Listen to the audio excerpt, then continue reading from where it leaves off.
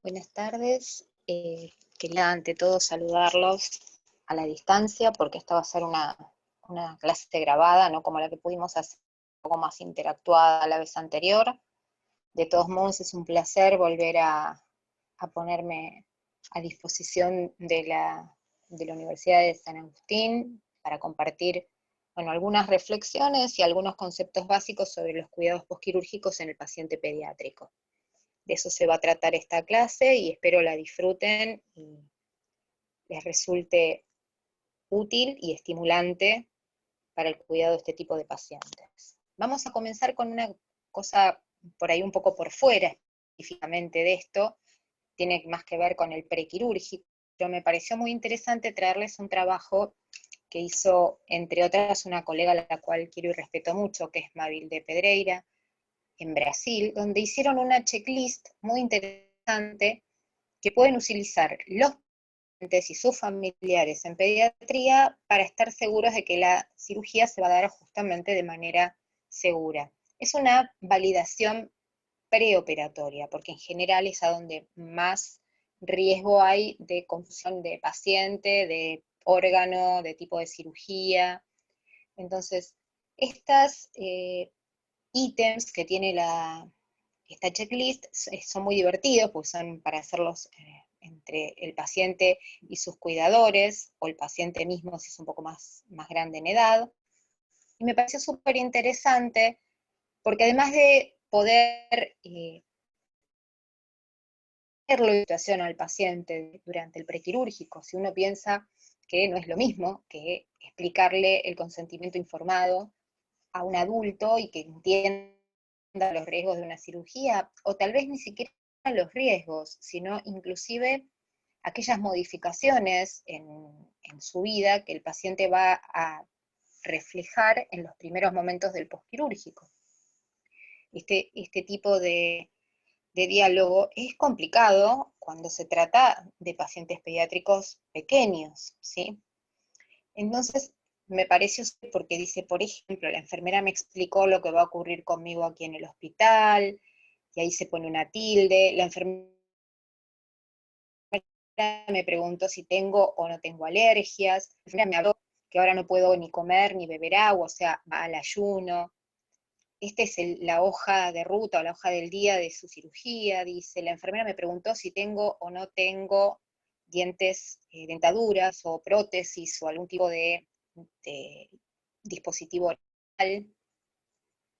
Le pidieron que se saque los aros, los anillos, los piercings, los aparatos que tenga, si se hizo el baño prequirúrgico.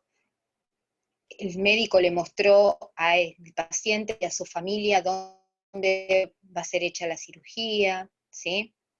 Y después dice, chau, estoy yendo para la cirugía, ¿sí?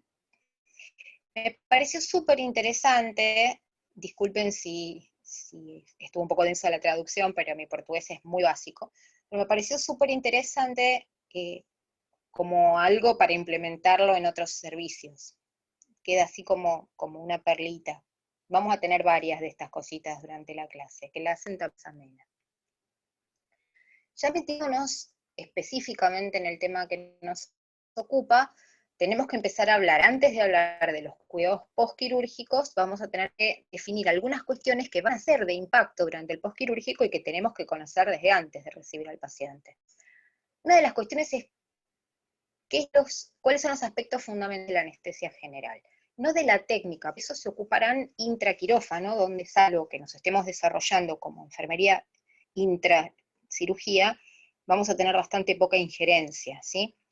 Pero es importante saber la definición de anestesia general. ¿Y por qué es importante saberlo? Porque durante la anestesia general se utilizan una combinación de drogas, ¿sí?, que deprimen el sistema nervioso central, es decir, el paciente no respira, el paciente pierde la conciencia y la memoria de lo que está sucediendo.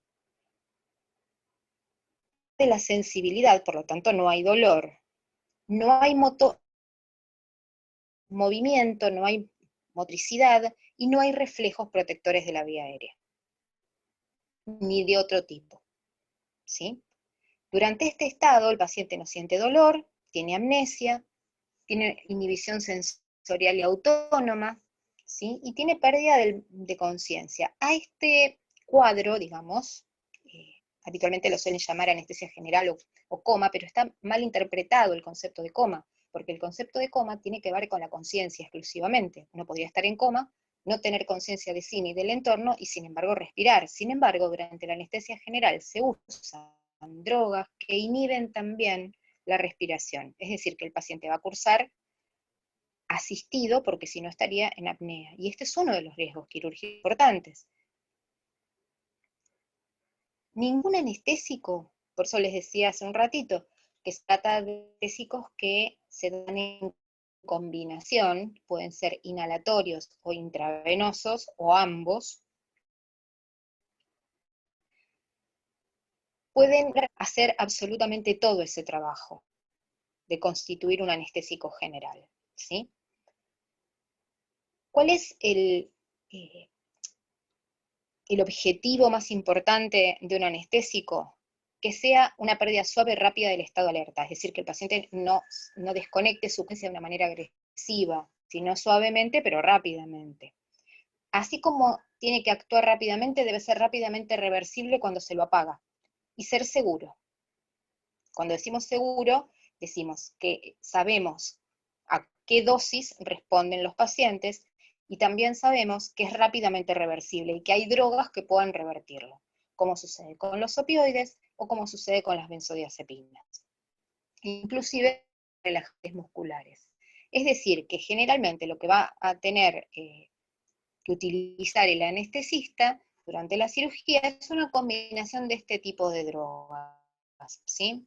Después va a tener un montón de otras cuestiones que tenemos que conocer del paciente que pueden derivar en complicaciones intraanestesia, digamos. La edad, el sexo, las etapas más alejadas, el nacimiento y la vida anciana, son momentos de mayor riesgo frente a cualquier tipo de intervención, incluida la cirugía. El estado fisiológico preoperatorio, es decir, cómo llegó el paciente, la experiencia previa que el paciente tiene de cirugías, sus enfermedades concomitantes o sus comorbilidades, cómo ventila, cuál es su función cardiovascular, cómo va a metabolizar los agentes anestésicos, es decir, cómo es su función renal, cómo es su función hepática, ¿sí? ¿Qué anestésicos se usan? Algunos tienen más efectos sobre algunos órganos o tienen determinado metabolismo y excreción, que eso es tema de la materia de farmacología, por lo menos aquí, del tipo de procedimiento, cuánto va a durar, qué tanta pérdida de sangre va a haber, cuánto tiempo de hipotermia puede tener el paciente, cuáles serían los riesgos en el momento de hacer la apertura del tejido también, ¿sí? Y qué maniobras hubo que hacer para facilitar la recuperación de ese paciente en la cirugía, qué tan costoso es el proceso del despertar y de extubar al paciente. Es decir, que todas estas cuestiones juegan necesariamente como un conocimiento previo que tenemos que tener antes de recibir un paciente desde quirófano o en la unidad de recuperación. Si uno piensa un poco en todos estos factores de riesgo, hay algunas cuestiones que son un poco para verlas más particularmente. En el artículo de Prieto, por ejemplo, que es un hallazgo interesante, encontraron que la duración de la anestesia, para cada hora más, la probabilidad de que aparezca una complicación aumentaba un 11%. Es decir, que las que más largas, las que exigen más tiempo de anestesia, son las más difíciles de saber si no va a haber efectos adversos intraanestesia, ¿sí? Esto puede verse, dicen, a la mayor dosis de fármaco anestésico, y básicamente el tiempo prolongado para despertar.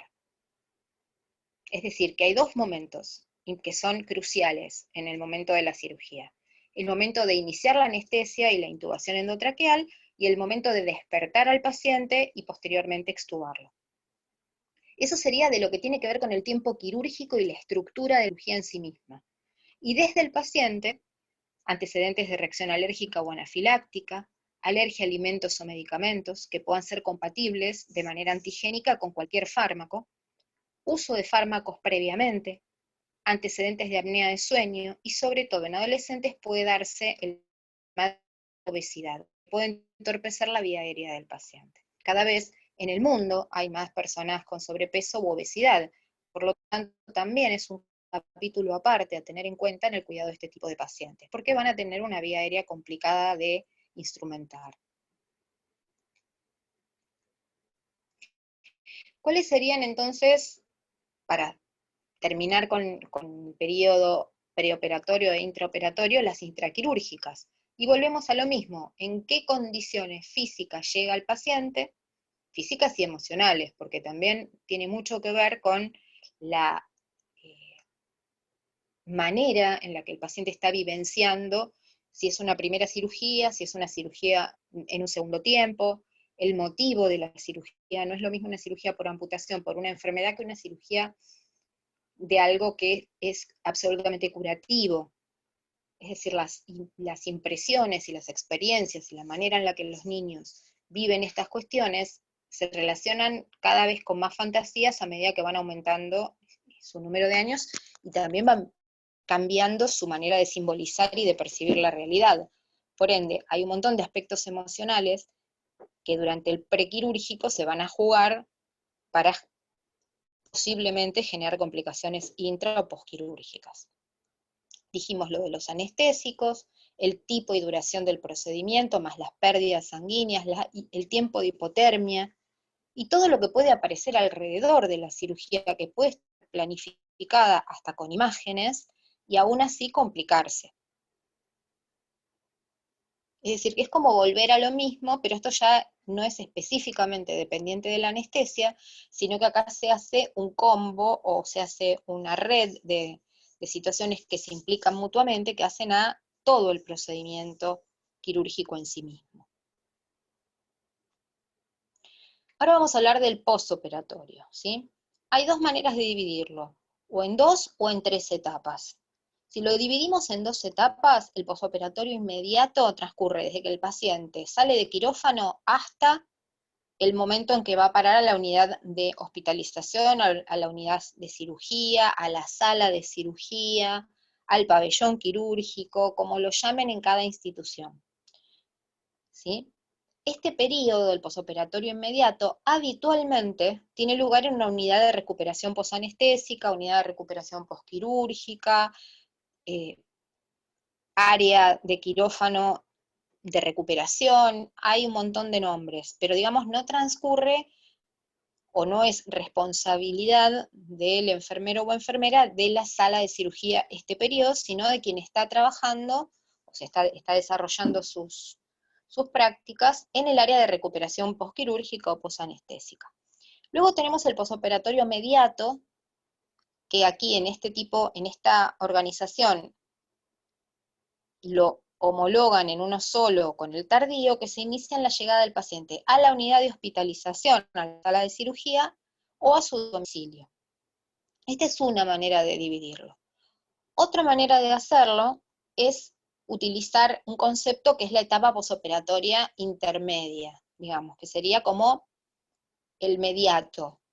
Un inmediato que siempre es el mismo, siempre transcurre en una sala de recuperación, que puede ser en las primeras horas en la sala de hospitalización si el paciente se dirige a una terapia intermedia, a una terapia intensiva. Por ejemplo, en la terapia intensiva en la que yo trabajo, cuando un paciente es trasplantado, regresa ventilado a la terapia intensiva.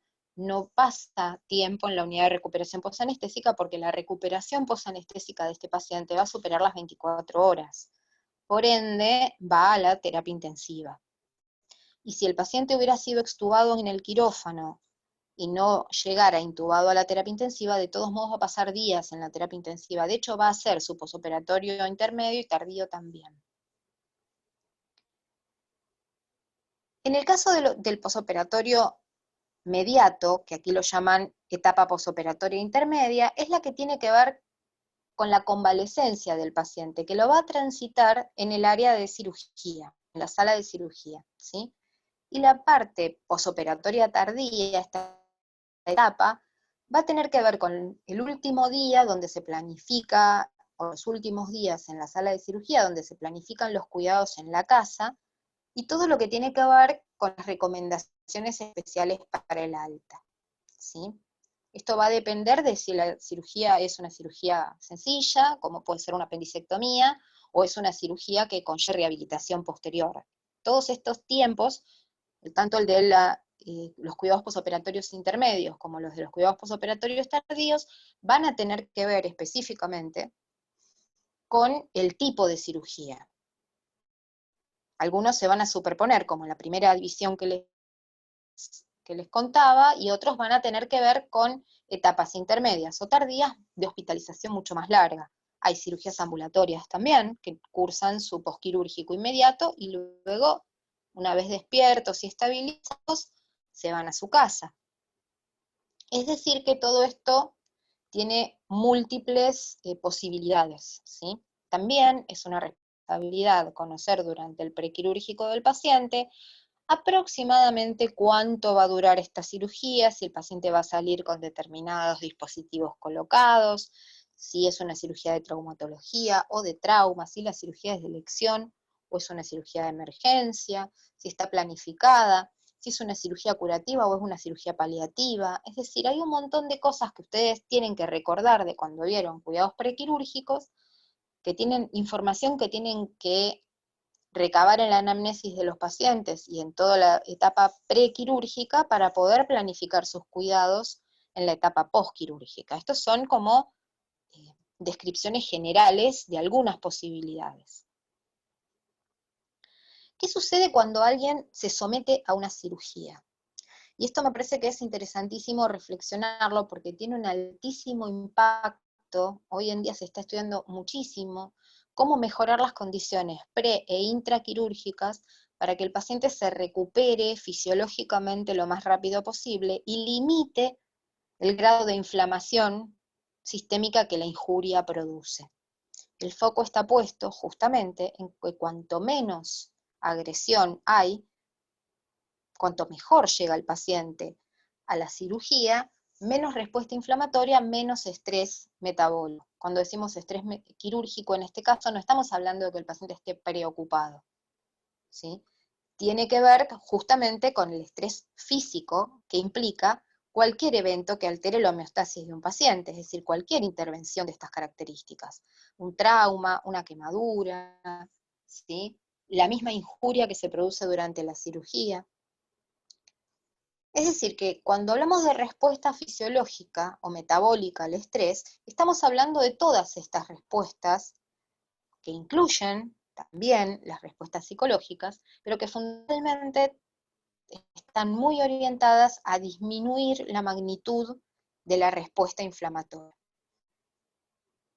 Sin querer entrar en un tema que no es el tema que nos compete en esta clase, tenemos que pensar que cualquier injuria que el cuerpo reciba va a ser devuelta con una respuesta inflamatoria. O sea, la respuesta va a ser la inflamación, ¿sí? La movilización de mediadores químicos que producen inflamación. Esta inflamación, si es controlada y se limita al área de la lesión, bueno, es una respuesta benigna. Si esta inflamación se descontrola, se hace mayor al daño real que la injuria produce, se produce lo que se llama el síndrome de respuesta inflamatoria sistémica. Y este síndrome de respuesta inflamatoria sistémica produce más injuria que la injuria de la lesión primaria. Es decir, que eso es lo que se trata de evitar, ¿sí? Esta inflamación que no es limitada a la injuria real, sino que es extralimitada o exacerbada o mayor a la respuesta que realmente debería haber generado. ¿Y cómo se produce esto fundamentalmente? ¿Cuál es la respuesta metabólica que produce en el paciente? ¿Cómo se produce estrés? Va a aumentar el cortisol, ¿sí? Van a aumentar las hormonas del estrés y las catecolaminas. Las catecolaminas endógenas, va a aumentar la adrenalina, por ejemplo, que es una catecolamina del sistema nervioso simpático que produce una respuesta fisiológica para la pelea o la huida. Es decir, exacerbar la respuesta y la preparación de la alerta para poder pelear contra un enemigo o en todo caso, huir del enemigo. ¿Cómo lo hace? produciendo aumento de la frecuencia cardíaca para que la sangre llegue a todos los músculos rápidamente, sobre todo los músculos que vamos a poner en control voluntario, ¿sí? Va a aumentar la tensión arterial por vasoconstricción, ¿sí? Va a disminuir el flujo sanguíneo regional a los órganos del abdomen, por ejemplo, al lecho esplácnico, porque en ese momento no vamos a estar digiriendo alimentos, sino que vamos a estar corriendo, ¿sí? Consumiendo mucho oxígeno. Va a haber una alteración de la respuesta inmune, es decir, va a vivirse toda esta injuria como si hubiera un agente externo, invasor, por ende, vamos a empezar a liberar mediadores, más allá del cortisol, como pueden ser las interleuquinas, las citoquinas, el factor de necrosis tumoral, y un montón de otros mediadores químicos endógenos que responden justamente cuando aparece una infección o una lesión. Va a aumentar la glucemia, ¿sí? Vamos a utilizar los depósitos de glucosa que tenemos tanto en el hígado como en los músculos para generarle, para paliar este consumo que el cuerpo cree que va a tener para huir o para pelear. Hay ruptura y lipólisis, ¿sí? Con aumento de cuerpos cetónicos también, y balance nitrogenado negativo porque obviamente se consume más de lo que se está ingiriendo. Imaginen todo esto en un paciente que viene con un ayuno relativamente prolongado, tal vez con una enfermedad de base importante, o limitante, o grave, o con pérdidas sanguíneas importantes también. El resultado final de todo esto puede llegar a ser la falla multiorgánica. Esto en relación con el estrés quirúrgico. Ahora, las unidades de cuidados postoperatorios justamente deben de estar preparadas tanto en sus aparatos y equipos como en su personal calificado para contemplar todas estas complicaciones y rápidamente actuar. Es decir, que la unidad de recuperación posanestésica tiene que tener algunas características muy parecidas a lo que es una unidad de terapia intensiva. Por ejemplo, debe estar cerca de las salas de cirugía y se debe poder ir del quirófano a la sala de recuperación y de la sala de recuperación a la sala de cirugía con facilidad, ¿sí? Debe estar equipada con todo el monitoreo invasivo y no invasivo que tiene una terapia intensiva. Monitores, carro de paro, medicamentos, equipos y dispositivos para ventilar al paciente, para intubarlo, para la reanimación cardio-cerebro-pulmonar, y por supuesto, personal calificado y suficiente para manejar este tipo de pacientes, ¿sí? Tiene que haber alguien que sea responsable, en general un anestesiólogo, ¿sí? Porque es quien, llegado el caso que hubiera dificultades con la vía aérea, tiene la habilidad manual para incidir sobre la vía aérea del paciente, ¿sí? Y por supuesto deben estar chequeadas las alarmas, debe haber posibilidades de que rápidamente nos comuniquemos con alguien si necesitamos ayuda, ¿sí? Entonces, bueno, un poco eso es lo que hay que tener en cuenta cuando uno evalúa las condiciones de gestión de una unidad de cuidados posoperatorios. En la tabla que yo les pegué acá también hay una calificación, digamos, una tabla, que es una escala, es un score, el score de Bromage, para evaluar el bloqueo motor. ¿Por qué hay que evaluar el bloqueo motor? Porque un paciente que tiene bloqueo motor importante está en absoluto riesgo de parálisis diafragmática. Y si está en riesgo de parálisis diafragmática, ese paciente no va a respirar o va a hacer una complicación, una apnea en cualquier momento, o va a tener una ventilación no acorde a sus necesidades. Por lo tanto, ni va a poder oxigenar, ni va a poder liberar dióxido de carbono. Son estos pacientes que tienen o una frecuencia o una amplitud respiratoria que no es acorde a sus necesidades de oxigenación y o,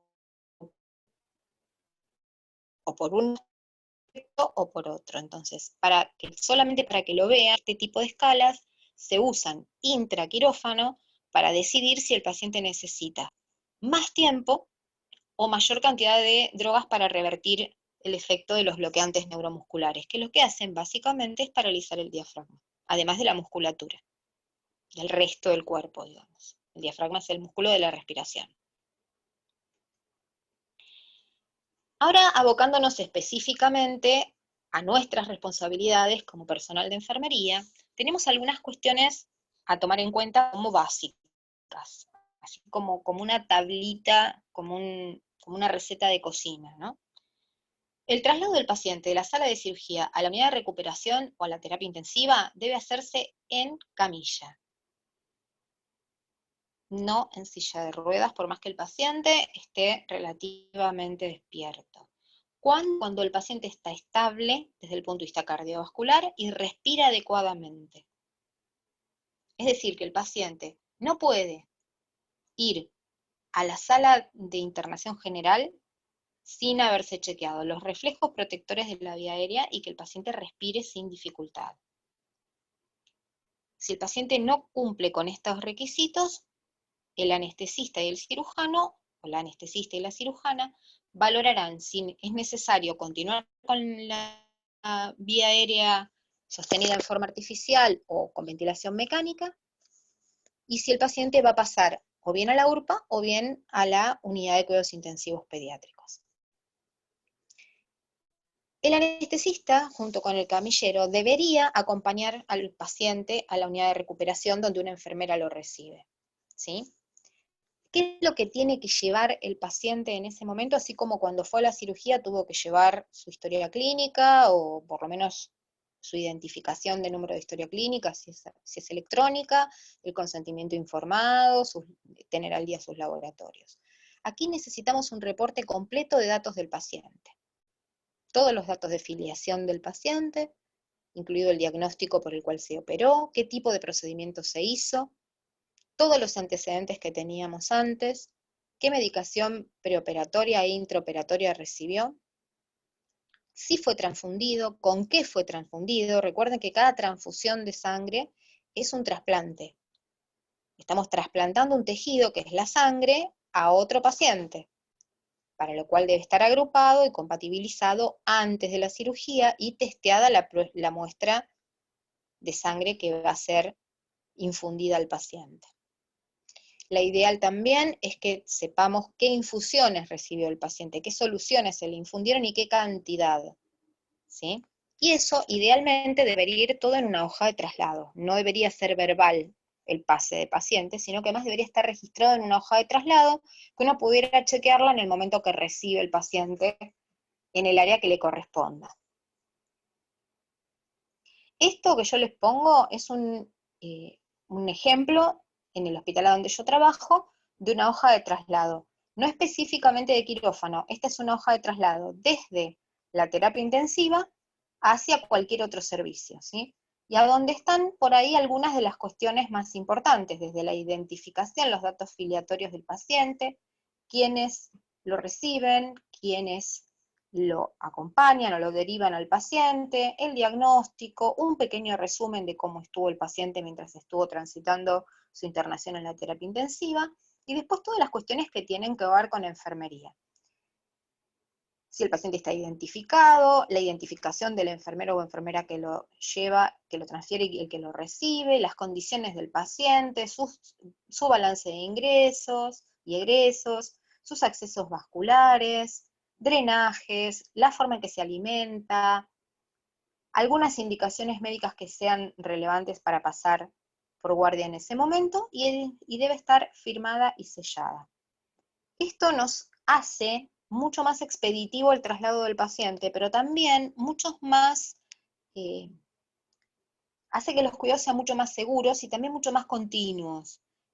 Hay un continuum entre lo que se hace con el paciente en la terapia intensiva, en este caso, y lo que se va a hacer luego en una sala de internación. Bueno, lo mismo debería suceder entre la unidad quirúrgica, el quirófano y la URPA, y luego el sitio donde finalmente el paciente va a cumplimentar su tiempo quirúrgico mediato o tardío, o ambos.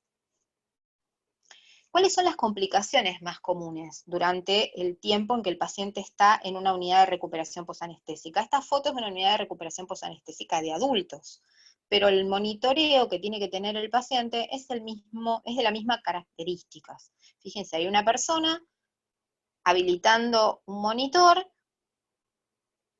en una cama quirúrgica, con intimidad para el paciente, con un poliducto donde tiene oxígeno y aspiración central, como en una terapia intensiva, de manera tal que si hubiera que complejizar al paciente, porque el paciente hiciera un evento que se agravara al paciente por alguna cuestión, estuvieran todos los dispositivos, igual que en el quirófano, para asistir rápidamente al paciente. Y la persona que está encargada de esto también está formada para asistir rápidamente al paciente en los primeros cuidados y dar la alarma para que vengan a terminar de compensar al paciente o de realizar otras actividades que tienen que ver con las competencias legales del resto del equipo de salud.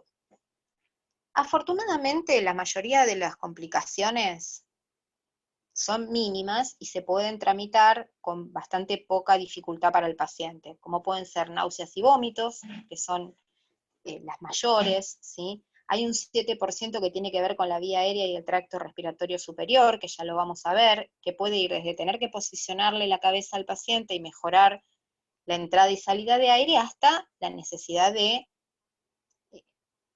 reventilar al paciente o reintubar al paciente o utilizar otros dispositivos transitorios de manejo de la vía aérea.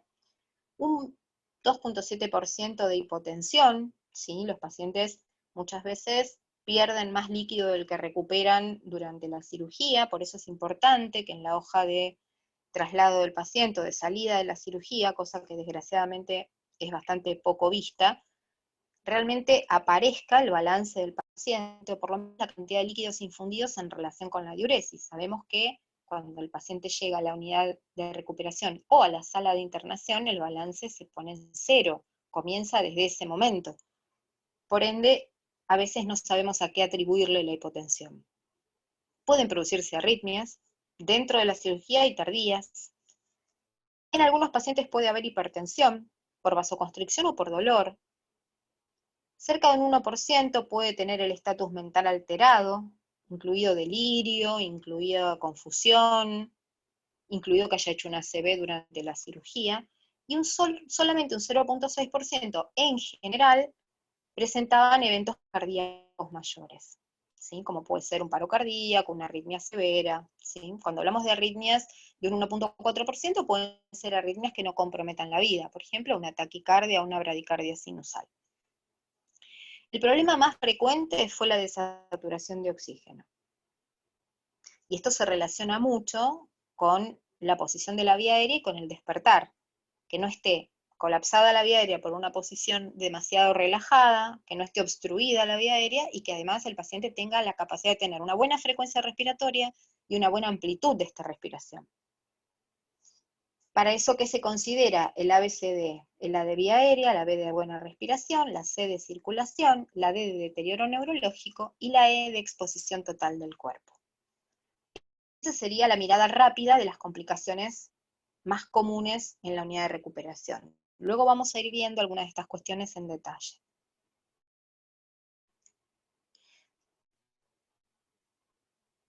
Para poder salir de la unidad de cuidados de la URPA, de la unidad de cuidados de recuperación, también hay un score, que es el score de Aldrete, ¿sí? Este score también toma ese ABCD que les mostré recién, toma algunos aspectos de ese ABCD y los considera, en la puntuación, los considera que el paciente está apto para salir de esa unidad e ir en forma segura a un lugar de menor complejidad, donde no va a haber ni ese monitoreo, ni ni oxígeno central a veces su aspiración, sino que simplemente va a haber una cama con determinados dispositivos y por supuesto menos personal de enfermería para cuidar a los pacientes porque son salas de menor complejidad. Entonces, el paciente en estado óptimo debe mover las 4 extremidades, debe tener la puntuación más alta de Aldrete. Mover las 4 extremidades, debe poder ser capaz de respirar profundamente y toser, porque toser es el reflejo protector de la vía aérea. Toser y vomitar son, el vómito, las arcadas, son los reflejos protectores de la vía aérea que dependen de los pares craneales centrales, ¿sí? Eso no quiere decir que el paciente no pueda salir con disnea o respiración poco profunda o limitada si el paciente ya ingresó a la cirugía con esas características. Es decir, si yo voy a ingresar a un paciente que tiene problemas respiratorios previos, una enfermedad respiratoria previa, por ejemplo, un paciente dependiente de oxígeno, un niño dependiente de oxígeno porque fue prematuro, por ejemplo, y sigue siendo dependiente de oxígeno en su casa, obviamente luego de la cirugía no va a salir de la misma manera. Por eso es importantísimo en la anamnesis previa registrar las condiciones basales del paciente, para poder hacer este tipo de score y poder decir, no se va a ir nunca, sino de este lugar. Quizás yo se los estoy poniendo de una manera como un poco grosera, como un poco exagerada, pero es súper importante que no se nos escapen esos detalles.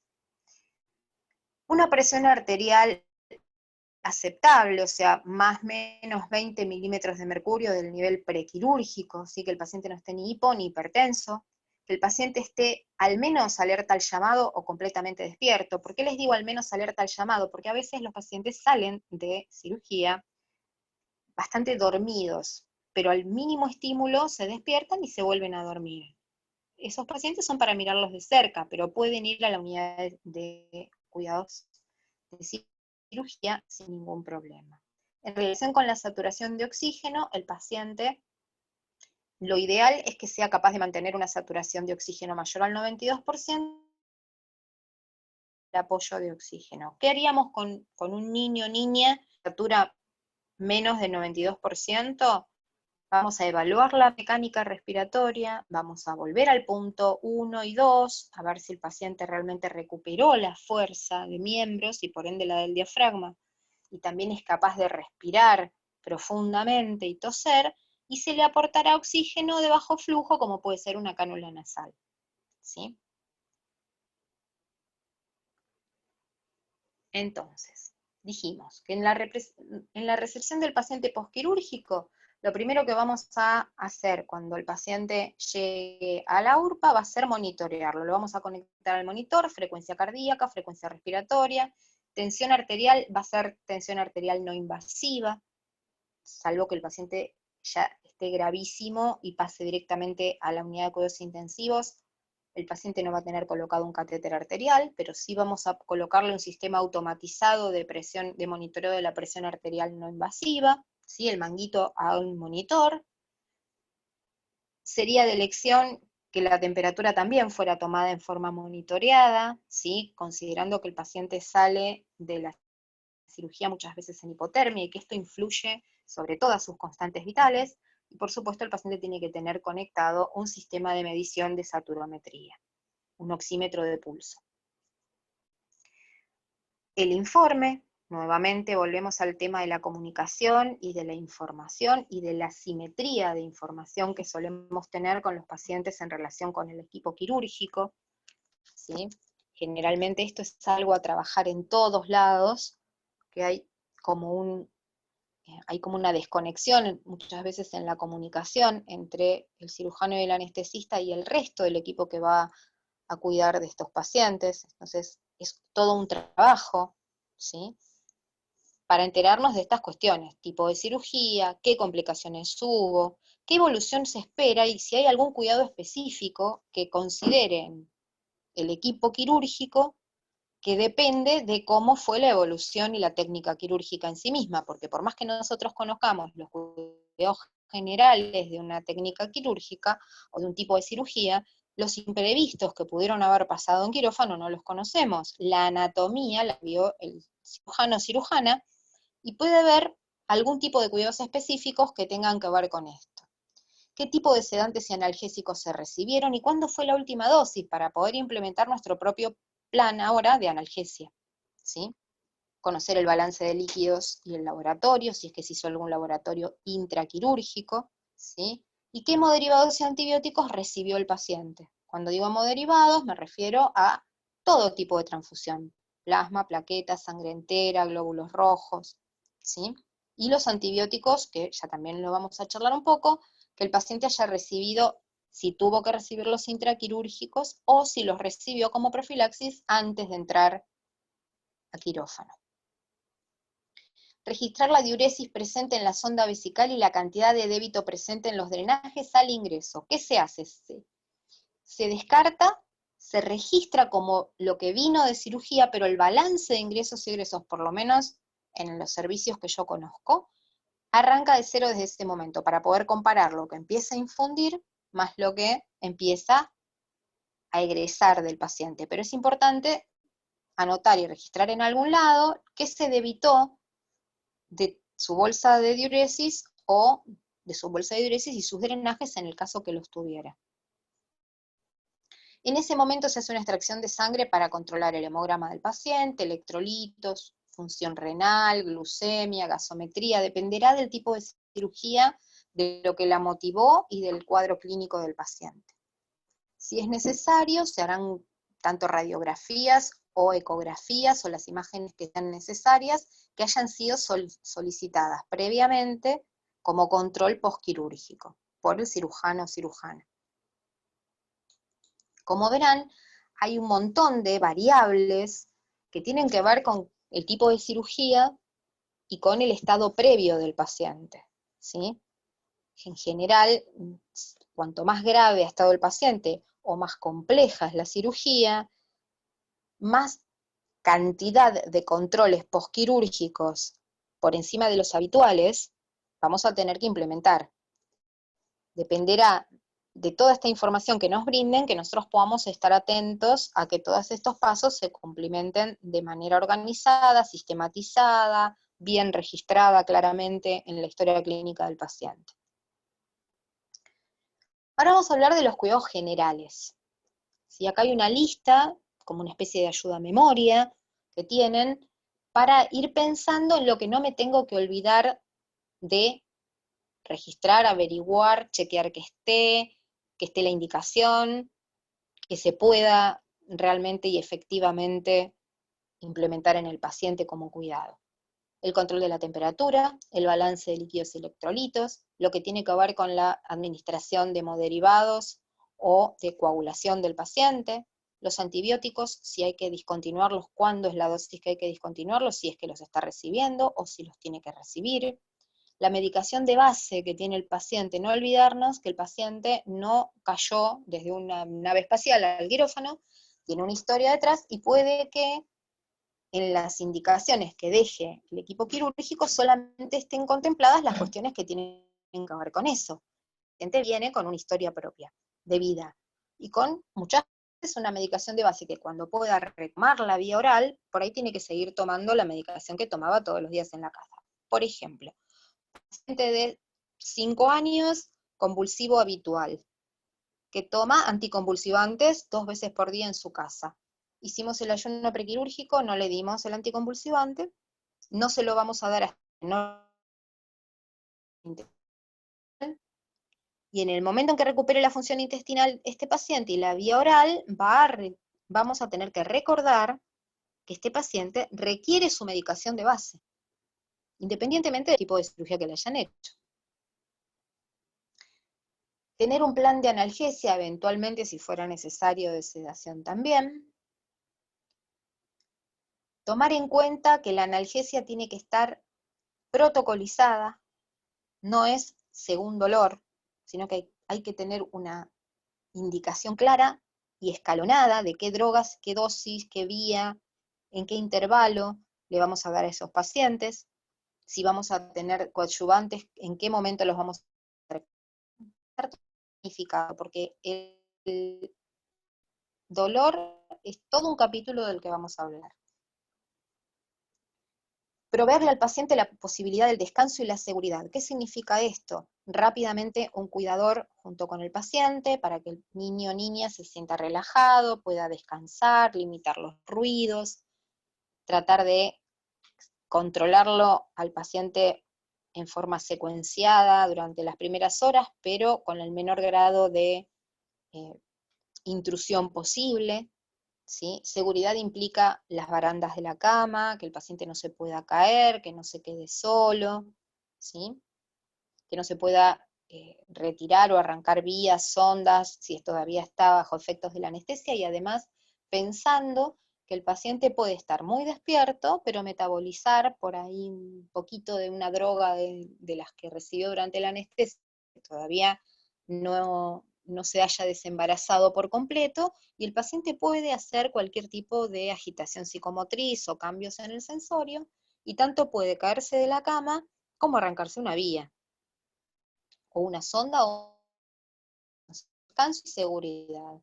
La mayor seguridad que le podemos dar a un paciente pediátrico es la compañía de su familiar. Yo, esto en 28 años de terapia intensiva de niños, puedo decirles que a mayor compañía amorosa del familiar que cuida al paciente, menos necesidad de sedación y analgesia. Y no se caen los pacientes de la cama y no se arrancan las cosas. ¿Sí? Para hablar claramente con un ejemplo de la práctica cotidiana y que esto no sea tan monótono. ¿Sí? Por último, pero eso no quiere decir que no sea importante, revisar la función intestinal y la nutrición. Es decir, ¿qué va a infundir este paciente? ¿Cuándo está previsto que recupere la ingesta de alimentos de forma, obviamente, secuenciada, líquidos, semisólidos, sólidos? Si este paciente permanezca mucho tiempo en ayunas, va a tener indicación de nutrición parenteral, es decir, por vía venosa, porque no puede tolerar la alimentación por vía enteral. Averiguar esto.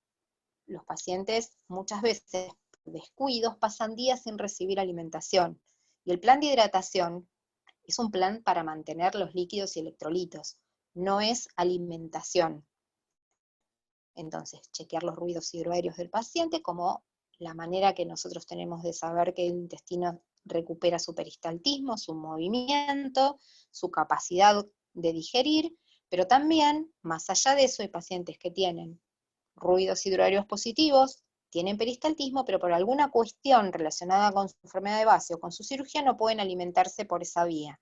Entonces, chequear si ese paciente va a tener requerimiento de nutrición parenteral, es decir, por vía venosa, porque ese paciente va a salir de quirófano con una vía central colocada, ¿sí? Una vía que va a llegar a la vena cava superior o a la vena cava inferior.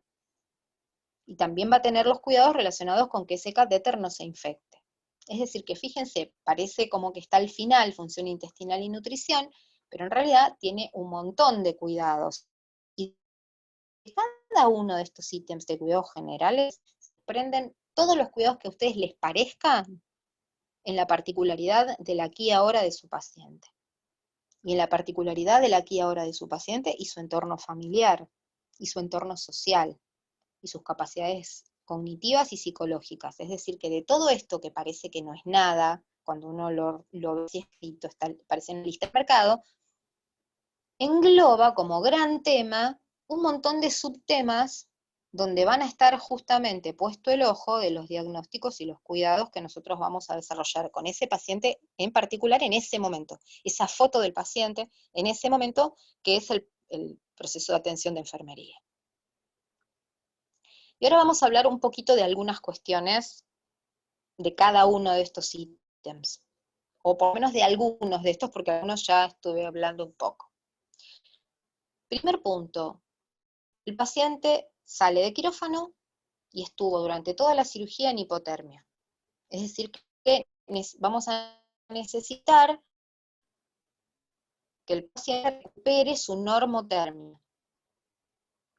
Teniendo en cuenta que un paciente hipotérmico va a estar mal perfundido, porque va a estar vasocontraído para conservar calor. Por lo tanto, puede ser interpretado como hipovolémico y podemos infundir líquido pensando que lo que el paciente tiene es una mala perfusión por hipovolemia y en realidad al paciente hay que valorarlo normotérmico. Y ahí vamos a poder valorar el relleno capilar, la perfusión, el color de la piel, el calor de la piel, ¿sí? Un paciente hipotérmico puede estar bradicárdico, un paciente hipotérmico puede estar hipotenso, un paciente hipotérmico puede estar letárgico, dependerá de la edad del paciente. El paciente más riesgo le genera la hipotermia. Está escrito y documentado que los neonatos hipotérmicos hacen distrés respiratorio. Es decir, hay una respuesta inflamatoria a esta hipotermia en un paciente que todavía no regula bien su temperatura, ¿sí? Es decir, que un recién nacido, un lactante muy pequeño, necesita un ambiente que le devuelva calor. Ha perdido calor por todas las formas que ustedes saben, por conducción, por convección, por todas las formas que ustedes saben se puede perder calor en una cirugía. Hay aire acondicionado, ¿sí? El paciente está desnudo, eh, el paciente no tiene actividad muscular, por lo tanto no genera calógeno, porque no hay uso de músculos que generen energía calórica, ¿sí? ¿Y cómo se lo vamos a devolver este calor? Y puede ser a través de una vacuna, a través de una incubadora, ¿sí? Si se trata de lactantes un poco mayores, que están normonutridos, es decir, tienen tejido graso, ¿sí? De recuperación los vamos a ampar con una manta, que no los asfixie, que no les caiga la compliance respiratoria porque pesa mucho, y que los podamos valorar, pero va a estar abrigado el paciente. Y vamos a limitar esto de destaparlo para mirar cómo está. Para eso están los monitores, también nos ayudan un montón. En el caso de los pacientes que estén tanto de bajo peso para su edad, en coma, en shock o con una sedación muy importante, vamos a necesitar una fuente adicional de calor. En general hay unos que nos permiten que el paciente le recircule dentro del ámbito de su cama, donde está acostado, aire caliente sin quemarse, ¿sí? Sistemas esenciales que se utilizan para recalentamiento de estos pacientes. Es recalentamiento activo externo. El recalentamiento activo interno requiere otro tipo de monitoreo que nos excede en este momento de la clase. Existe, pero no se utiliza para un paciente posquirúrgico, se utiliza para recalentar un paciente que ha estado en hipotermia controlada. En relación con los líquidos y electrolitos, es súper importante monitorear cuáles son las necesidades basales del paciente. ¿Qué significa necesidades basales? Es el cálculo de líquidos, que a lo mejor ya lo hicieron cuando vieron los primeros temas de pediatría, que tienen que ver con cuánto necesita para cada 10 kilos, según la edad, según su superficie corporal, ¿sí? Es decir, son las necesidades que básicamente es el líquido que va a perder el paciente en forma habitual, ¿sí? Para mantener qué cosa se lo vamos a dar el equilibrio, la homeostasis del medio interno, ¿sí? Si el paciente viene con un balance muy positivo de quirófano porque requirió mucho volumen, porque hubo que resucitarlo mucho, porque hubo que pasarle muchos hemoderivados, será a 2/3. Esto va a ser en forma de un plan de hidratación parenteral que tiene que estar calculado con líquidos y electrolitos por el médico o médica del paciente. No es colgar una solución fisiológica y vemos qué pasa. Es armar un plan de hidratación parenteral con dextrosa, sodio y potasio y ver a qué goteo tiene que ir esto de manera tal que cubra en 24 horas las necesidades basales del paciente. ¿Y con qué lo vamos a mirar esto? Y lo vamos a ir viendo las pérdidas que el paciente pueda tener. Hemorragias, edemas, aumento de las pérdidas insensibles si el paciente tiene fiebre o sudoración, los drenajes. Es decir, aquí es fundamental el registro de cada una de estas cuestiones por separado. Si el paciente tiene 3 drenajes, drenaje 1, drenaje 2, drenaje 3, drenaje A, drenaje B, drenaje C, lo identificamos como querramos, pero tenemos que poder, tiene 2, izquierdo, derecho, superior, inferior, como más les guste, como sea la sistemática del servicio en el que estén. Pero los drenajes se deben valorar por separado, se deben registrar por separado y luego la sumatoria, porque los drenajes son nuestros ojos de lo que está pasando en una cavidad cerrada. Entonces, no da lo mismo lo que suman, sino que es importante saber qué y cuánto está drenando cada uno y registrarlo. En relación con el síndrome de secreción inapropiada de la hormona antidiurética, que es el CIGAD, ¿sí? Esto tiene que ver con el estrés quirúrgico del que hablamos hoy temprano, ¿sí? El síndrome de la secreción inapropiada de la hormona antidiurética lo que hace es que el paciente, aún teniendo líquidos corporales normales, retenga líquido.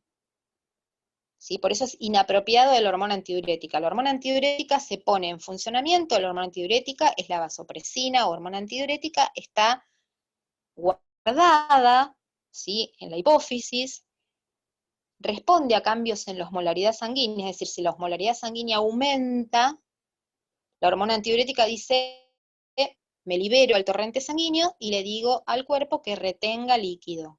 Entonces el paciente disminuye el volumen urinario. ¿Para qué? Para recuperar la osmolaridad normal.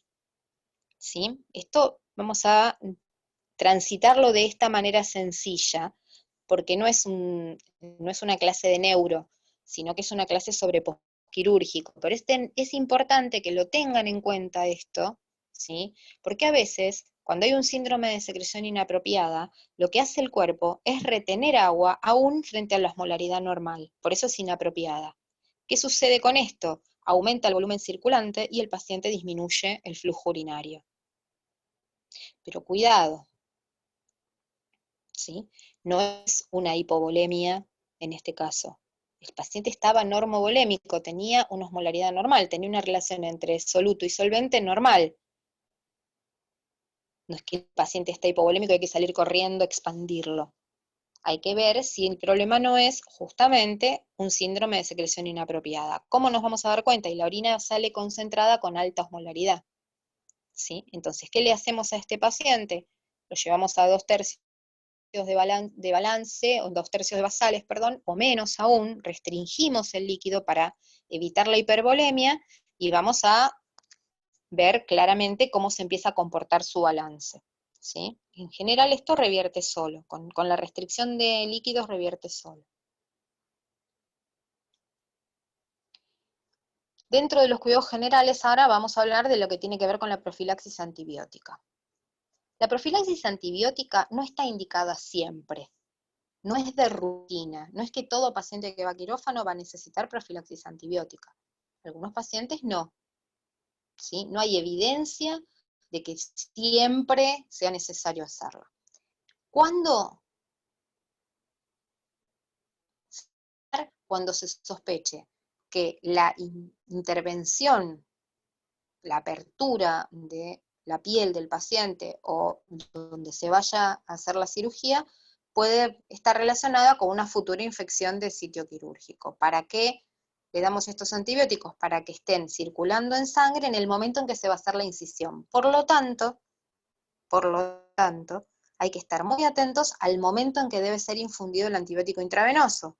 Si tiene que ser 60 minutos o 120 minutos de que se haga la incisión. ¿Para qué? Para lograr la mínima concentración en sangre que sea bactericida. Y bueno, por supuesto, para prescribir esto, los cirujanos y los médicos del hospital o del sanatorio o de la clínica tienen que conocer no solamente el estatus infectológico del paciente, sino también la flora que tienen en institución, es decir, qué tipo de gérmenes hay en la institución que podrían generar una infección del sitio quirúrgico. Este tipo de profilaxis no es que después se queda como cuando hacemos un tratamiento de 7 días para una amigdalitis o para una faringitis, sino que antes de las 24 o 48 horas se suspende. Son en general una dosis prequirúrgica y 2 dosis posquirúrgicas de este antibiótico y luego se discontinúa, excepto si haya llegado a la cirugía con una infección. Estamos hablando de un paciente que llegó a la cirugía sin infecciones y solamente se utiliza en forma profiláctica. Otra forma de administrar el antibiótico profiláctico es dentro del quirófano. Algunas veces, por una cuestión de tiempo quirúrgico y de preparación y de concentración inhibitoria mínima en sangre de los antibióticos, se administran dentro del quirófano. Por ende, lo que tenemos que estar atentos es que el paciente se haya llevado el antibiótico a quirófano, el antibiótico prescripto, cuando se dirigió a la cirugía. Es decir, que eso ya estaría dentro de nuestras indicaciones prequirúrgicas. Luego veremos las posquirúrgicas, muchas veces de acordarnos, de decirle a los médicos tratantes que ya finalizaron las dosis de antibiótico posquirúrgico, que por favor no lo indiquen nuevamente porque nadie adivina cuántas dosis lleva el paciente, ¿sí? Es de buena práctica colocar el número de días de antibiótico dado la indicación, cosa de que todos podamos chequear si el antibiótico es momento de discontinuarlo. Si no, los pacientes pueden recibirlo durante mucho tiempo en forma innecesaria, generando resistencia.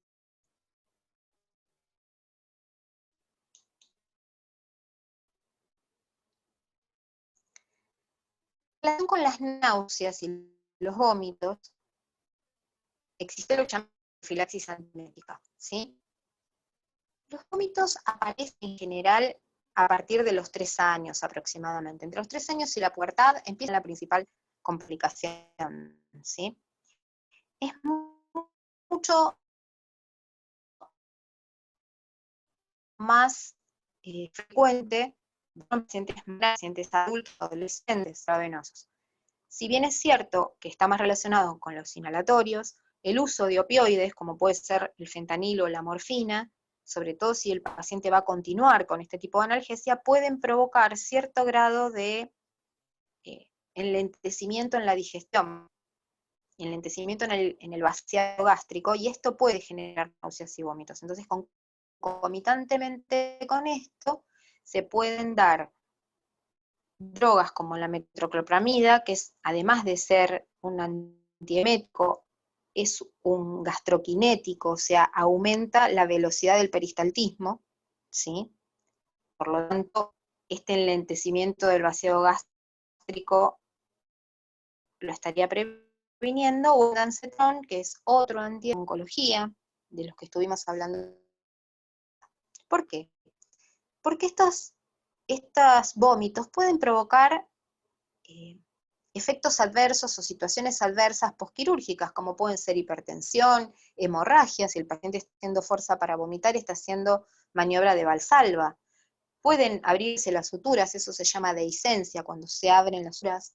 Se puede aspirar el paciente y además va a estar dolorido y con malestar. Y vemos que un niño con malestar aumenta sus posibilidades de hacer una respuesta inflamatoria, ¿sí? Que no queremos que eso suceda. Entonces, ¿cuáles son las indicaciones? ¿Sí?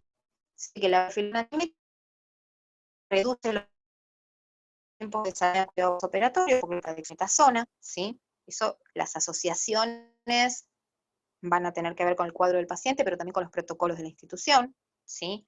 En general en pediatría no solemos asociar la dexametasona tan frecuentemente como en adultos, pero podría estar indicado si el paciente inclusive recibe dexametasona de base.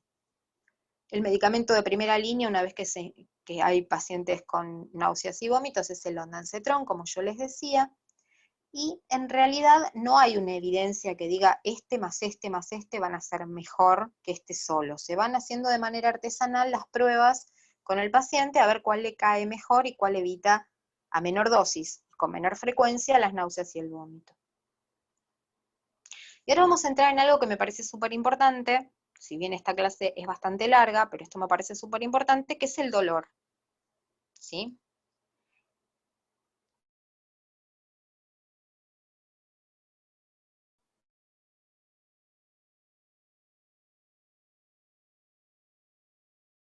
Valorar los en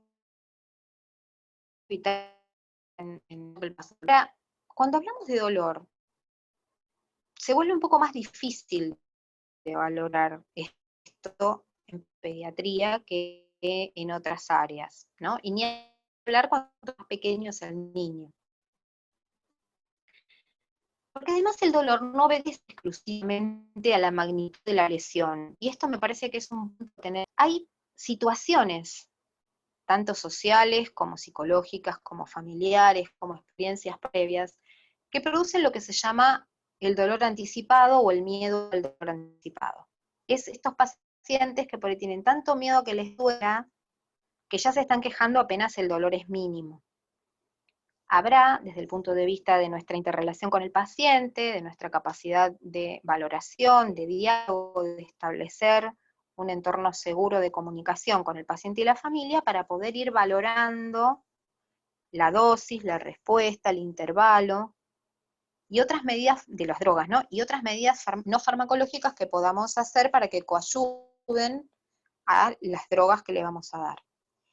Por otro lado, cuando el paciente no se comunica verbalmente con nosotros, o porque está impedido de hacerlo, o porque es muy pequeño, los signos vitales y la respuesta fisiológica, ¿sí? Que nosotros vayamos a mirar signos objetivables de alteración, también nos pueden estar diciendo que esto es una respuesta al dolor, ¿sí?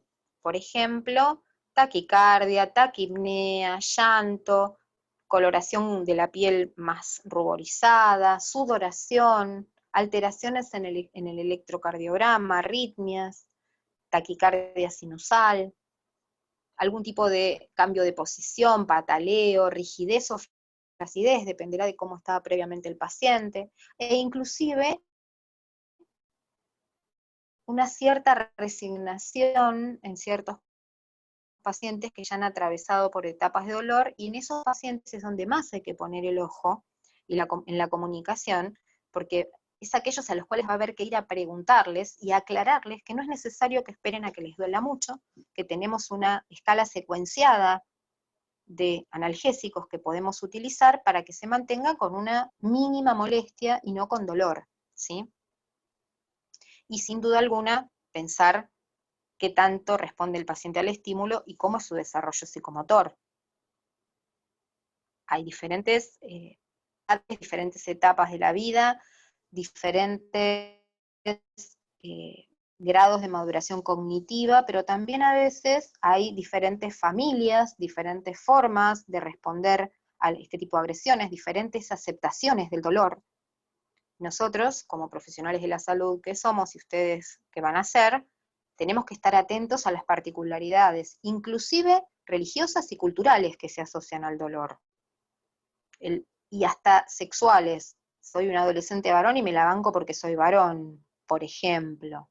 Estoy poniendo como ejemplos así como muy burdos, pero la realidad es que no se nos tienen que escapar estos detalles porque hacen al tratamiento del dolor. Y el dolor, cuando no se puede controlar, es considerado una falla de órgano. No poder controlar el dolor es considerado, porque va a poner en juego todas esas respuestas metabólicas que hablamos hace un rato al estrés.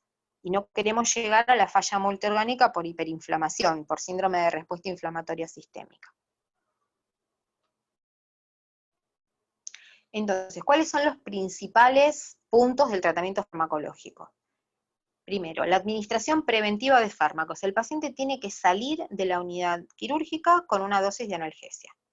Pautar la dosis, es decir, saber que cada tanto hay que darle determinada dosis de determinado analgésico. Tener analgesia de rescate, sea mitad de dosis de lo que le vamos a dar o sea otra droga. Hay una dosis para cada paciente. No hay una receta de cocina. El bizcochuelo se hace siempre igual. Hay una dosis para cada paciente y un rescate para cada paciente, una combinación de drogas que hacen sinergia para cada paciente. Y por supuesto estar atentos a conocer qué efectos adversos van a generar cada uno de estos analgésicos, que eso es un tema que habrán visto en farmacología. Para poder decir que vamos a hacer todo ese trabajo de individualizar al paciente y terapéutica analgésica, tenemos que tener escalas de valoración que todos hagamos igual. Que si yo digo le duele tanto, mi compañero diga le duele tanto, el médico le duele tanto, el cirujano diga le duele tanto. ¿Por qué? La valoración subjetiva del dolor ajeno no tiene ninguna evidencia científica y además es contraproducente. Hay un axioma que decimos aquí, que es que el dolor mejor tolerado es el ajeno. Entonces, no le duele tanto. Mi concepción y mi umbral de dolor y mi relación con el dolor que tiene es la que tendría yo una situación angustiante. Es decir, que por eso necesitamos objetivarlo lo mejor que se pueda, hacer de una situación que tiene un alto componente subjetivo, como estuvimos viendo, y además estamos hablando de niños con una capacidad simbólica distinta, o reactiva distinta, y tenemos que optimizar la capacidad de objetivar este dolor y ponerle un número, si se quiere, para poder compararlo entre sí mismo, entre diferentes momentos del paciente. Para esto existen varias escalas, ¿sí? Nosotros vamos a tratar de llevarlo al sitio más objetivo posible. Tenemos la escala verbal numérica, que esto lo puede decir el paciente cuando ya tiene una edad como para no dolió nada. A 10, nunca en la vida me dolió tanto así, este es el peor dolor de mi vida, ¿Dónde estás parado? Y se lo vamos a hacer antes y después de la analgesia. Pero para eso necesitamos saber el tiempo de acción en que empieza a actuar el analgésico, para poder valorar cuando el analgésico ya esté actuando. Después tenemos la otra. ¿Te duele? No. ¿Te duele un poco? Dolor leve. ¿Te duele un poco bastante? O sea, es como un dolor un poco más fuerte, o es un dolor intenso, insoportable. Esa es otra forma, que es la escala verbal simple. Después está el de las caritas, que se usa para niños más chiquititos también, ¿sí? A partir de los 3 años aproximadamente, que pueden entender qué es un poco y qué es más, porque eso también lo tiene que poder entender el niño. Y siempre estamos hablando de un desarrollo cognitivo dentro de los límites estándares, ¿no? Siempre puede pasar que el paciente no haya llegado a ese desarrollo cognitivo y tengamos que utilizar otras formas de evaluación. Aquí tenemos otra que se usa del mes a los 3 años, que es la fisiológico-conductual, y que fíjense, tiene más que ver con cosas que observamos nosotros. La frecuencia cardíaca, la tensión arterial sistólica, el llanto, si el paciente se mueve y no se puede quedar quieto, la expresión facial, ¿sí?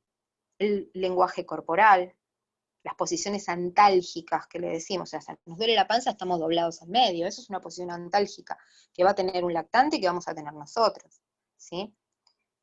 Esto es a título de que ustedes puedan ir entendiendo, viendo o anoticiándose, porque entender es una palabra que mucho no me gusta, anoticiándose de que esto no es algo que va a quedar librado al azar y que, uy, entro a la sala de cirugía y tengo que saberlo todo.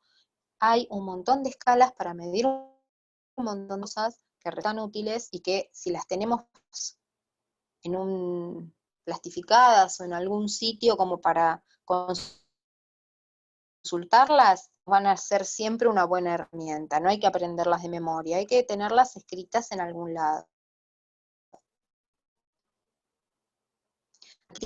FLAC es una mnemotécnica en inglés, por eso que encontré en un trabajo muy interesante de scores, de escalas, la traducción, y está cómo se encuentra el paciente, ¿sí? Se hacen niños menores de 5 años, en niños que son todavía de edad preescolar, ¿sí? Y bueno, tiene que ver con todo lo que nosotros vamos viendo y puntualizando, ¿no? La expresión facial, el movimiento de las piernas, la actividad corporal, el llanto es consolable. Cuidados generales entonces de la analgesia. Para resumirlo, plan de analgesia personalizado y revisado con regularidad. El dolor que tengo ahora no es el que tengo todo a mi postquirúrgico. El dolor que tengo ahora puede cambiar para más o para menos. Y hay que ajustar el plan de analgesia que el paciente tiene. Se recomienda si hay un dolor muy severo, muy inmanejable, como pueden ser las grandes cirugías de traumato, de columna, las grandes cirugías abdominales, los quemados, ¿sí? Que son pacientes que por ahí no son los que ustedes están viendo en esta fase de su formación, pero puede pasar que haya un paciente con una cirugía, con una tracción de partes blandas, o con tutores óseos en la sala de cirugía que tienen dolor realmente severo. Bueno, estos pacientes se recomienda el uso de opioides en goteo continuo a dosis baja. ¿Para qué? Para mantener la concentración. Y eventualmente el rescate con otro tipo de drogas que pueden ser paracetamol, dipirona, ¿sí? Recuerden que cuando los pacientes tienen muy pequeña edad, no está indicado tratarlos con analgésicos no esteroideos del estilo del ketorolac, diclofenac, ¿sí? Está indicado el uso de opioides con paracetamol o dipirona o ibuprofeno en casos muy particulares, ¿sí? Lo que decíamos de la evaluación del dolor, frente a la administración de un fármaco, hay que reevaluar si este fármaco impactó positivamente en el paciente. Como todo plan de cuidado, vamos a hacer una acción y vamos a evaluar su resultado. ¿Y cómo vamos a evaluar su resultado? Nuevamente con la misma escala. Es decir, que siempre todo gira alrededor de la misma cuestión. Tener un dato posible, una intervención y un indicador de que esa intervención fue positiva o negativa para el paciente o no tuvo ningún tipo de efecto, ¿sí? Aquí tenemos cómo se trata cada uno de los dolores, ¿sí? El dolor de 1 a 3, que es el dolor leve. Recuerden que no se dan en los pacientes muy pequeños los analgésicos no esteroideos, se utilizan paracetamol, opioides y algún tipo de anestesia regional, que puede ser un catéter con anestesia, con bupivacaína, bupicaína, lidocaína, dependerá de lo que el anestesista coloque en esa mezcla, más corticoides. Un dolor moderado puede utilizarse analgésicos opioides con efecto techo, como es el tramadol, la codeína, que son vía oral, y combinados ya con analgésicos no esteroides. Esto ya estamos hablando de un dolor más intenso, y en el dolor severo vamos a necesitar utilizar técnicas de anestesia más la infusión continua, como yo les decía, de opioides, ¿sí? Acá tienen lo que dice la OPS, cómo escalar los opioides, ¿sí? De manera tal, del dolor más leve al dolor más intenso. ¿Qué medidas no farmacológicas podemos hacer? Las medidas ambientales, que el paciente descanse, que esté tranquilo, que haya poca luz, que haya una temperatura agradable, que el paciente no tenga frío, los chuchos de frío producen dolor, ¿sí? Reducir el volumen sonoro, los ruidos son estímulos dolorosos. A veces se puede utilizar musicoterapia, y si no tenés un musicoterapeuta, le podemos poner música del paciente, la que al paciente le guste, lo que lo haga sentir un poco más en casa. Enseñar a manifestar el dolor antes de que este dolor sea intenso. Esto les decía yo, tiene que ver con cómo valoramos la aceptación del dolor que el paciente tenga y cómo construye el paciente y su familia el concepto de tolerancia y de dolor, ¿sí? Mejorar el tema de la escucha activa, estar atentos, decirles que nos importa mucho calmar el dolor o que no aparezca el dolor, que por favor nos llamen frente a una mínima situación que nosotros podamos evaluar, ¿sí? Enseñarles a respirar, no movilizar innecesariamente al paciente en las primeras horas, ¿sí? Piensen que el paciente hizo su baño quirúrgico, fue a quirófano, se operó, llegó, trasladaron de la camilla, lo movilizaron. Bueno, tratemos de que el paciente se relaje, ¿sí? Cuando se pueda, enseñarle a la familia a hacerle masajes o algunas movilizaciones pasivas, colocar almohadas para que el paciente no tenga los miembros en hiperextensión porque eso produce dolor, ¿sí? Revisar si es necesario colocarle, por ejemplo, hielo en algún sitio, ¿sí? Movilizarlo en forma precoz al paciente para que no tenga rigidez, independientemente de no hacerlo en la zona que esté contraindicada. El paciente puede movilizar la cabeza, los pacientes tienen dolor en el cuello, en los hombros, revisar que no haya nada en la cama que esté molestándolo al paciente, que le produzca dolor, que le lastime la piel. A veces creemos que el paciente está absolutamente en excitación motriz y resulta que está pasando una vía de infusión, está pasando la tubuladura por debajo de la espalda del paciente. Estas cosas pasan y generan mucho disconfort, y si es un lactante no va a saber decirnos me está molestando la espalda. Es estas cosas sencillitas, o tengo la pierna muy estirada y me duele, o tengo la mano para abajo y me duele, o me duele la cabeza, ¿sí? Estar en cama en sí mismo es doloroso y produce rigidez. Entonces, tratemos de movilizar al paciente dentro de lo que se pueda, por lo menos 4 miembros, en caso de que no sea justamente el área quirúrgica en sí misma, ¿no? Esto que yo les traje con respecto al dolor es una perita que me llegó esta semana, que es un artículo que se hizo en adultos, no se hizo en niños, de cirugía de bypass cardíaca, una cirugía cardiovascular, y se trabajó con aceite de lavanda, aromaterapia con aceite de lavanda, aceite de rosas y placebo. Y fíjense lo que dio como resultado. Los pacientes que recibieron aceite de lavanda, ¿sí?, tuvieron más tiempo sin dolor que los pacientes que recibieron placebo o aceite de rosas, ¿sí? Fueron los que se mantuvieron con menos episodio de dolor, ¿sí?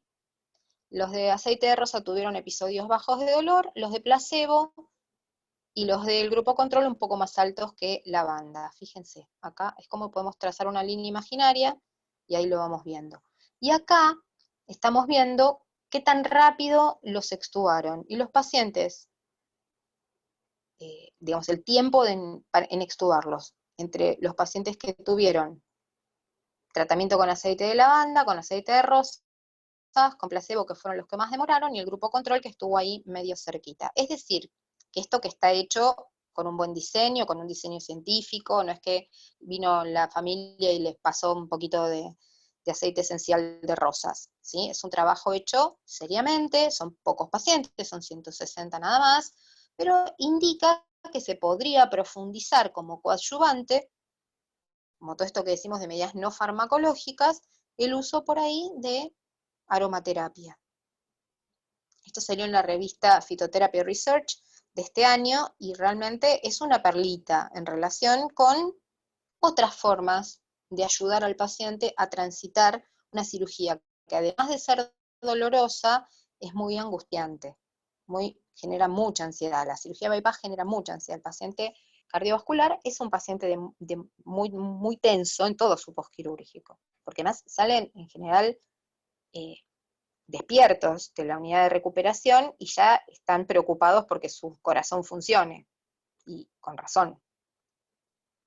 En relación con las transfusiones, tenemos que tomar los cuidados, los mismos correctos que en una droga, ¿sí? Estamos hablando de chequear todos los mismos correctos que cuando administramos una medicación, pero además de esto, tenemos que tener en cuenta que la indicación de transfusión tiene que relacionarse directamente con que estemos viendo que el paciente esté realmente anémico, sintomático, no solamente que haya bajado el hematocrito, ¿sí? Que es la concentración de glóbulos en sangre, por si no se acuerdan.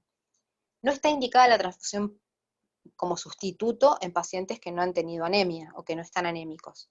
No podemos transfundir un paciente para que esté un poquito mejor tampoco.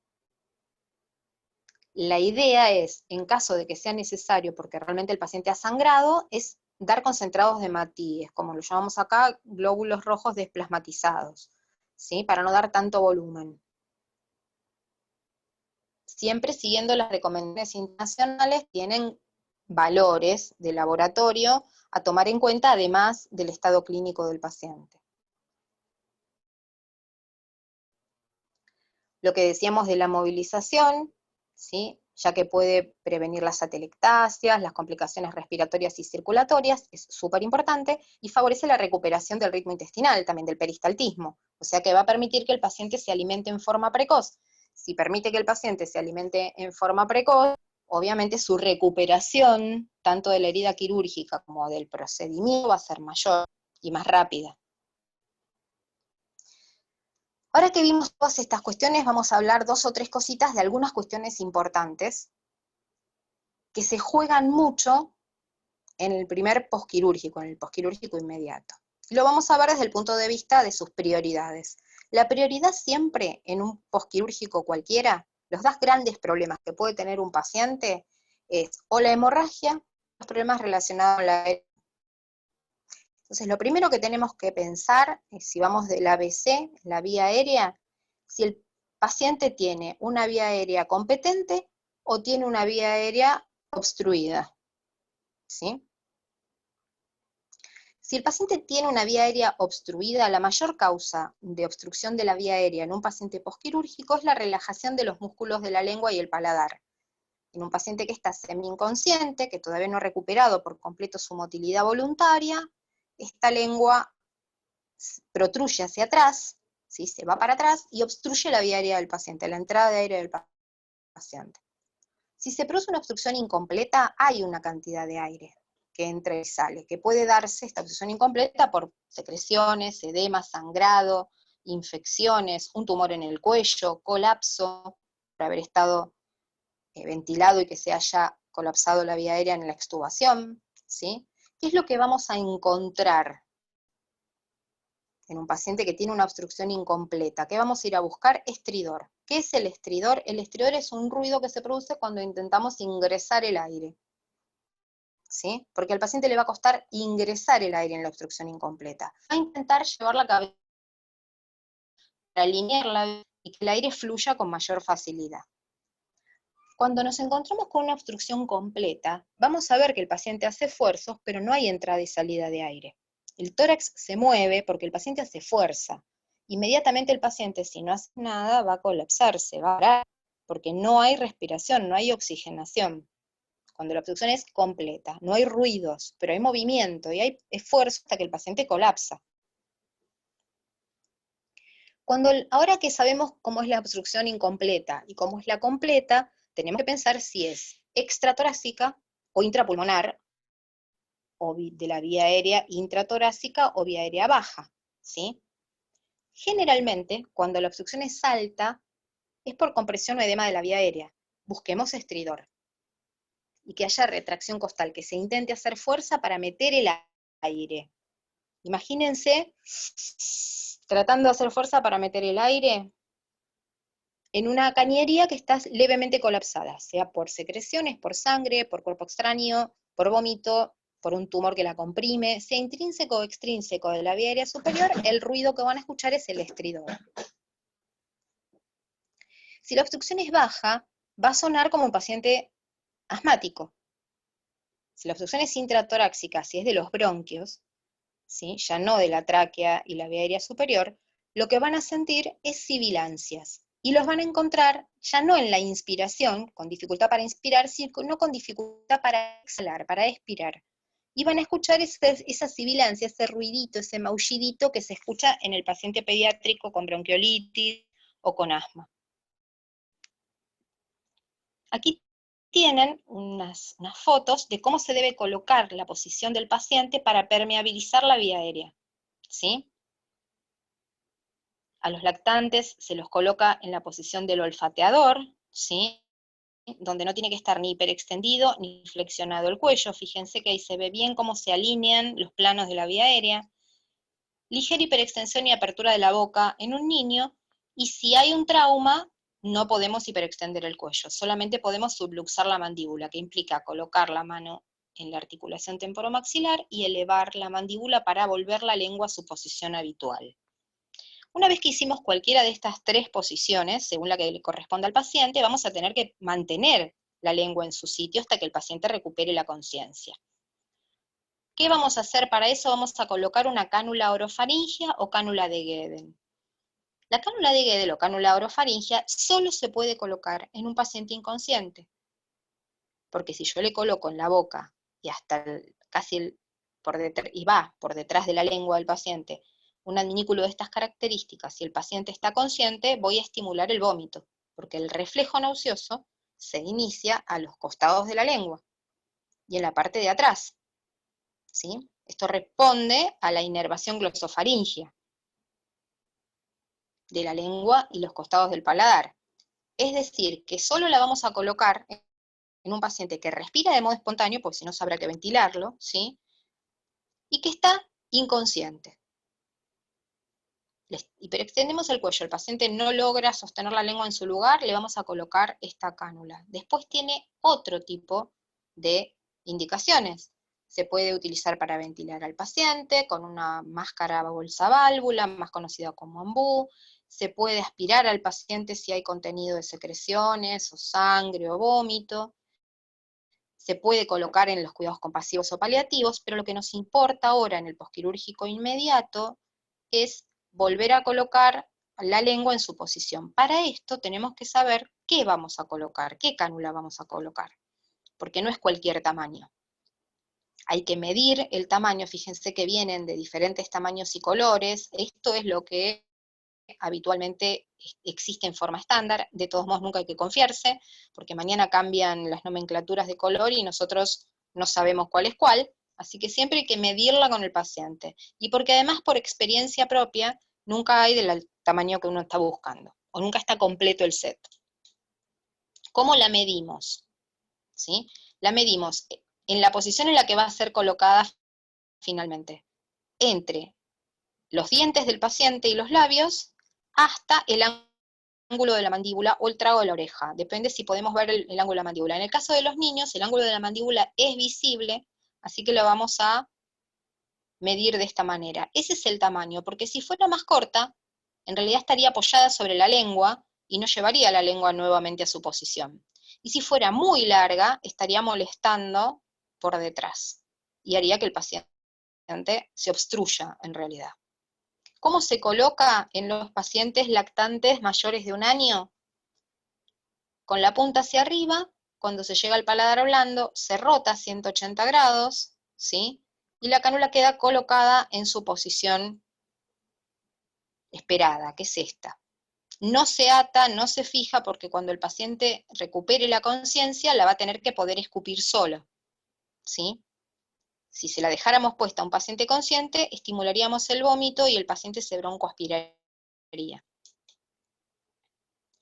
Eso en realidad en relación con el A y la B.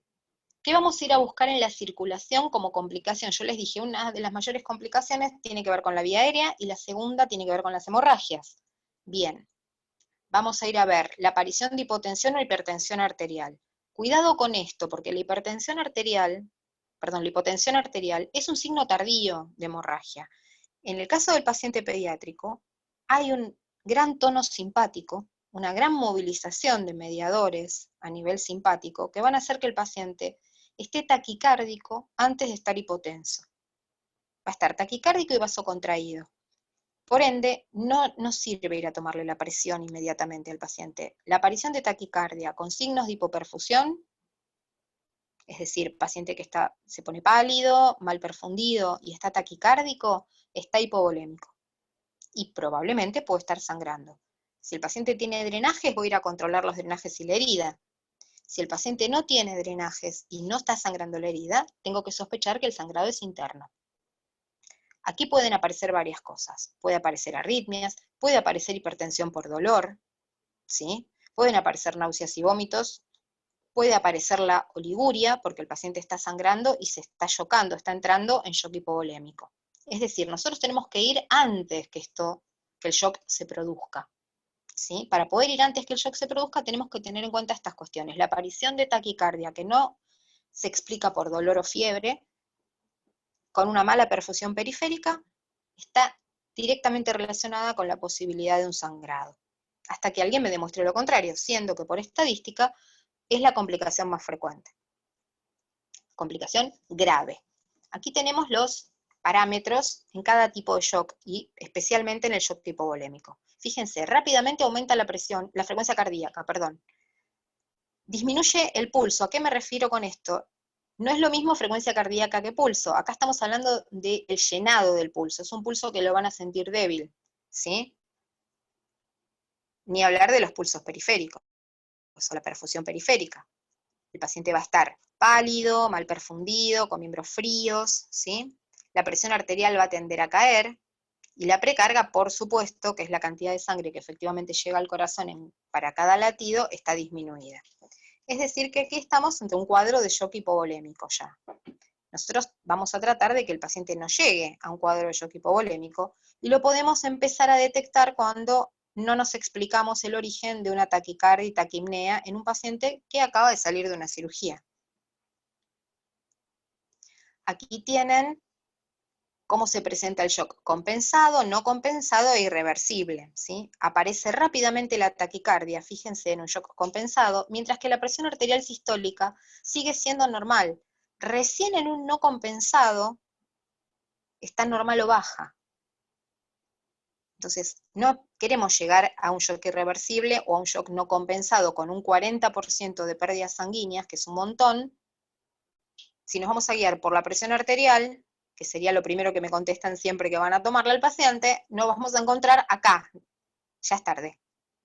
Ya el volumen del pulso está disminuido, el lleno capilar está muy lento, la piel está fría y moteada, ya no está pálida, hay más taquipnea y el paciente está letárgico. El paciente está letárgico, va a progresar a la bradicardia, va a progresar a la hipotensión, a la apnea, ¿sí? A veces no hay respuesta al dolor, en situaciones de shock ya descompensado. Entonces, si nosotros tenemos en cuenta este periodo, acá, si nos paramos a buscarlo esto, probablemente podamos actuar haciendo acciones que no son independientes, y algunas muy pocas que sí, para que el paciente no evolucione a un shock no compensado. Cuando digo algunas muy pocas que sí, podemos ir colocando una vía periférica corta y gruesa, si es que el paciente no tiene vía o la perdió, ¿sí? Podemos ir avisando, podemos ir preparando un goteo de solución fisiológica para tenerlo a mano, podemos elevar los miembros del paciente si no tiene una cirugía de abdomen o tórax, y la cirugía lo permite, para utilizar la sangre de capacitancia venosa. Es decir, hay algunas cuestiones que podemos hacer hasta que nos indiquen una expansión con solución fisiológica. Lo más importante es tenerla lista, preparada para abrirla. Y tener una correcta valoración del paciente, una correcta valoración cardiovascular para ver cómo vamos a administrar esa expansión de solución fisiológica. Como verán, el manejo del paciente quirúrgico pediátrico es complejo. Es complejo aún en cirugías simples, porque es complejo el manejo del paciente pediátrico. Complejo, maravillosamente complejo, que no quiere decir que no sea una de las especialidades más lindas, pero es complejo. Estos son los mismos parámetros de shock, pero en adolescentes, ¿sí? De todos modos, el shock se presenta de la misma manera, lo que cambian son los números, nada más, de los valores de frecuencia cardíaca, frecuencia respiratoria. En la D de disability o deterioro neurológico, vamos a usar la escala de coma de Glasgow, ¿sí? Si vemos que el paciente está inconsciente o no está bien reactivo, podemos valorarlo otra vez, ¿sí? Documentando por separado cada una de las áreas, porque esa es la manera en la que debe hacerse. Cada uno de los componentes hay que puntualizarlo por separado y luego dar el valor normal, ¿sí?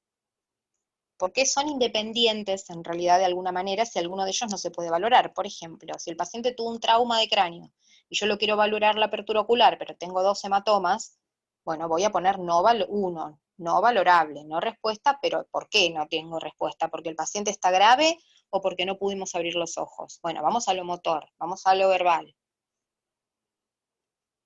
Y luego también vamos a mirar y valorar el tamaño y la respuesta de las pupilas, ¿sí? Si las pupilas están isocóricas o son iguales, si son de respuesta simétrica, si están anisocóricas, anisocoria es una emergencia siempre, ¿sí? Una pupila más grande que la otra, aniso, partícula an quiere decir que no están isocóricas, no están iguales, ¿sí? La aparición de pupilas o muy grandes o muy pequeñas en su tamaño puede responder tanto a cambios metabólicos como a cambios estructurales a nivel encefálico, evaluar con qué las vamos a relacionar, hay que valorarlas siempre, las 2 pupilas, oscurecer el ambiente, someterlas a luz y ver la respuesta consensuada. Si no se acuerdan, donde va la barca va Bachicha, dicen algunos, o Batman y Robin, las 2 tienen que hacer lo mismo, llama respuesta consensuada. Si una se contrae, la otra la acompaña. Si una se dilata, la otra la acompaña. Si esto no sucede, estamos frente a una situación patológica. En este momento no vamos a pretender que ustedes se pongan a estudiar específicamente pupilas, solo que les llame la atención la diferencia en la respuesta y el tamaño pupilar. Las pupilas isocóricas son reactivas a la luz, consensuadas, y tienen un tamaño intermedio. Entonces, para ir terminando, porque esto es largo, lo bueno es que la van a ver un montón de veces. ¿Cuáles son los puntos claves a tener en cuenta en el paciente posquirúrgico inmediato? Que puede producirse obstrucción de la vía aérea superior. Que esta obstrucción de la vía aérea superior puede generar hipoventilación e hipoxemia, es decir, que no haya un buen intercambio gaseoso. Que puede aparecer hipotensión o hipertensión arterial frente a un cuadro de sangrado, ¿sí? Que pueden aparecer arritmias por sangrado o por dolor. Que puede aparecer que puede transitar el paciente una recuperación neurológica prolongada, que puede aparecer delirio, excitación, ¿sí? Que el paciente puede salir de quirófano con cierta debilidad neuromuscular, que puede aparecer un sangrado excesivo, ¿sí? Aprender a distinguir en el paciente el sangrado excesivo de la hemorragia, valorar el dolor posquirúrgico y las náuseas y vómitos, estar atentos al balance de ingresos y egresos y entender o poder ir a buscar la causa de la retención urinaria y la oliguria.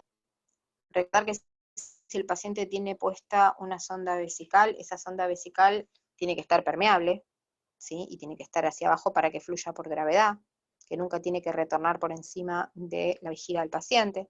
El paciente puede tener hipotermia y escalofríos. La hipotermia produce afectación cardiovascular y respiratoria, y los escalofríos consumen energía, consumen calor, ¿sí? Por ende hay que abrigar a los pacientes y generarles un ambiente agradable para que el paciente recupere la temperatura que tenía previa a la cirugía, donde estuvo expuesto a la hipotermia del quirófano, ¿sí? Es decir, es como un mini resumen de las cosas que estuvimos evaluando punto por punto durante todo este tiempo, y que tal vez les sirva a ustedes como eje, como si fuera un pizarrón, como eje para ir abordando los cuidados que se deducen de cada uno de estos ítems que estuvimos viendo, que son teóricos. A partir del conocimiento teórico, ustedes van a poder establecer sus planes de cuidados, sus procesos de atención de enfermería, mucho más amplios, más ricos y más seguros para los pacientes. Les agradezco un montón que me hayan invitado a dar esta clase. Lamento mucho que por cuestiones técnicas bastante complicadas no haya podido ser en persona, y estoy dispuesta a que cualquier cosa está dentro de la portada de la charla, mi mail, cualquier cosa que necesiten o cualquier duda me pueden escribir por ahí y les contesto sin ningún problema. Muchísimas gracias, los dejo de vuelta con una imagen del campus de la universidad, de nuestros pabellones de la Escuela de Enfermería, y nada, ojalá la pandemia termine pronto y cada uno de nosotros podamos volver a nuestros claustros universitarios a compartir las clases de forma presencial, que tanto nos enriquece a estudiantes y a profesores. Les dejo un saludo afectuoso y nuevamente muchas gracias.